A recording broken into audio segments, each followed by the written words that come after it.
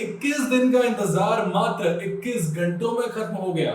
परिवारजन को संविदा पर नौकरी मिलेगी, 51 लाख रुपए मिलेंगे। नमस्कार, आप देख रहे हैं पॉलिटिकल पंचायत। मैं बात कर रहा हूं अनीता चौधरी जघन्य हत्याकांड की। वहीं अनीता चौधरी जिनका शव 6 टुकड़ों में मिला, 12 फुट नीचे मिला और आज उनको मुक्ति मिली 21 दिन बाद। आखिर उनका 19 नवंबर के दिन सूर्यास्त से पहले पहले अंतिम संस्कार हो गया। परिवारजन की जो मांगे थी वो मान ली गई, क्योंकि इन मांगों को मनवाने के लिए एंट्री हुई थी रालोपा के सुप्रीमो नागौर सांसद हनुमान बेनीवाल की। जब 6 टुकड़े हुए और आरोपी का नाम सामने आया तो राजस्थान को हिलाकर रख दिया। आरोपी था गुलामुद्दीन, वही गुलामुद्दीन जो अनीता चौधरी को अपनी बहन बताता था, वही गुलामुद्दीन जो अनीता चौधरी से भाई बहन का रिश्ता रखता था, वही गुलामुद्दीन जिसकी कलाई पर कई बार अनीता चौधरी ने राखी बांधी होगी। और उसी गुलामुद्दीन ने अपने हाथों से अनीता चौधरी के शव के 6 टुकड़े किए और अपने घर के बाहर 12 फीट नीचे गाड़ दिया। तमाम सवाल, अनीता चौधरी का अंतिम संस्कार होने के बाद भी कई सवाल है जो पुलिस अभी तक नहीं सुलझा पाई है। पहला सवाल है हत्या लूटपाट के इरादे से की गई थी। दूसरा सवाल है सुनीता यानी अनीता चौधरी की जो दोस्त थी सुनीता, उसने पहले अपनी कॉल रिकॉर्डिंग में तैयब अंसारी का नाम लिया। बाद में जब पुलिस ने पूछताछ की सख्ती से तो उस वक्त मुकर क्यों गई? जो मांगे अब मान ली गई है वो पहले क्यों नहीं मानी गई? अनीता चौधरी का शव ओढ़नी और घाघरे में मिला था। वो सूट कहां है जिस सूट में अनीता चौधरी को सीसीटीवी में देखा गया था? तमाम सवाल है जो अभी भी पुलिस के सामने खड़े हैं। लेकिन उससे पहले उन मांगों के बारे में बात करते हैं जो हनुमान बेनीवाल के आने के बाद मानी गई। परिजन की मांग थी कि अनीता चौधरी हत्याकांड के बाद ये जांच जो है सीबीआई को सौंपी जाए, 1 करोड़ रुपए का मुआवजा दिया जाए और 51 लाख रुपए पर सरकार की तरफ से सहमति बनी। अगली मांग थी परिवार में से किसी एक को संविदा पर नौकरी दी जाए, डीसीपी और एसएचओ को हटा दिया जाए और ये सारी मांगे आखिर मान ली गई। अब बात करते हैं उन नेताओं और मंत्रियों की जिनकी एंट्री हुई इस जघन्य हत्याकांड में। जिस दिन से धरना शुरू हुआ और जिस दिन समाप्त हुआ उस दिन तक कौन कौन से नेता और कौन कौन से मंत्रियों की एंट्री हुई और क्या बात है जो परिवार वालों से और सर्व समाज से हुई। सबसे पहले शुरुआत करते हैं हनुमान बेनीवाल से।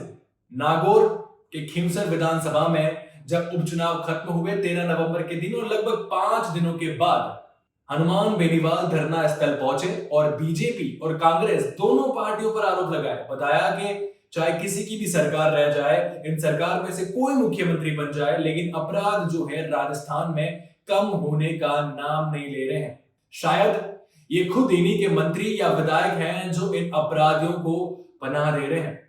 अगर इसकी जांच सीबीआई करती है, यानी अनीता चौधरी जघन्य हत्याकांड की जांच सीबीआई करती है, तो कई बड़े नेताओं के नाम जो सामने आएंगे और इन बड़े नेताओं का सीधा ताल्लुक जो है वो भारतीय जनता पार्टी से है। इसलिए और शायद यही वजह है कि भारतीय जनता पार्टी के विधायक या मुख्यमंत्री खुद खुलकर इस जघन्य हत्याकांड पर टिप्पणी नहीं कर रहे हैं, जबकि ये जोधपुर का सबसे बड़ा हत्याकांड है। अब शुरुआत से शुरू करें तो राजस्थान सरकार यानी भजनलाल सरकार की तरफ से प्रतिनिधि बनकर आए ओसिया विधायक भैरा राम सियोल, जो लगातार कई घंटों तक परिवार वालों के साथ बैठे रहे, समाज के साथ बैठे रहे और मांगे मनवाने की पुरजोर कोशिश की, लेकिन सहमति नहीं बन पाई।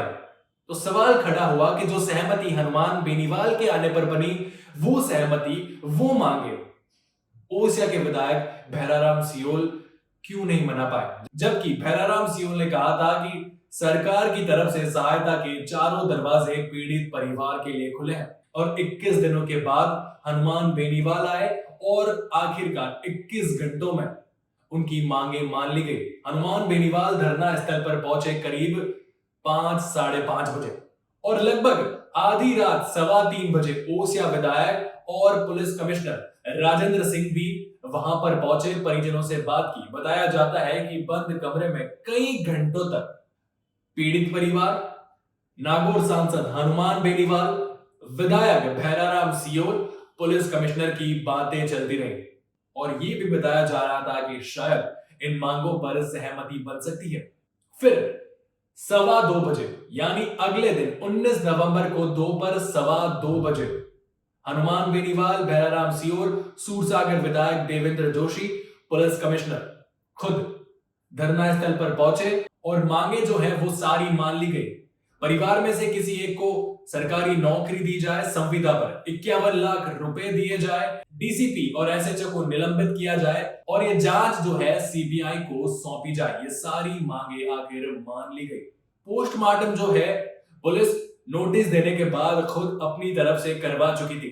दूसरी बार पोस्टमार्टम होना चाहिए था, परिवार की ये मांग थी, लेकिन हनुमान बेनीवाल ने कहा नहीं, दूसरी बार पोस्टमार्टम नहीं होगा, सूर्यास्त से पहले पहले अनीता चौधरी का अंतिम संस्कार कर दिया जाएगा। और हुआ भी ऐसा। 2:15 बजे प्रेस कॉन्फ्रेंस करने के बाद, मीडिया के सामने अपनी बातें रखने के बाद, भैराराम सियोल, हनुमान बेनीवाल, सूरसागर विधायक देवेंद्र जोशी ने बताया कि अब अनीता का अंतिम संस्कार है वो पूरे रीति रिवाजों के साथ कर दिया जाएगा।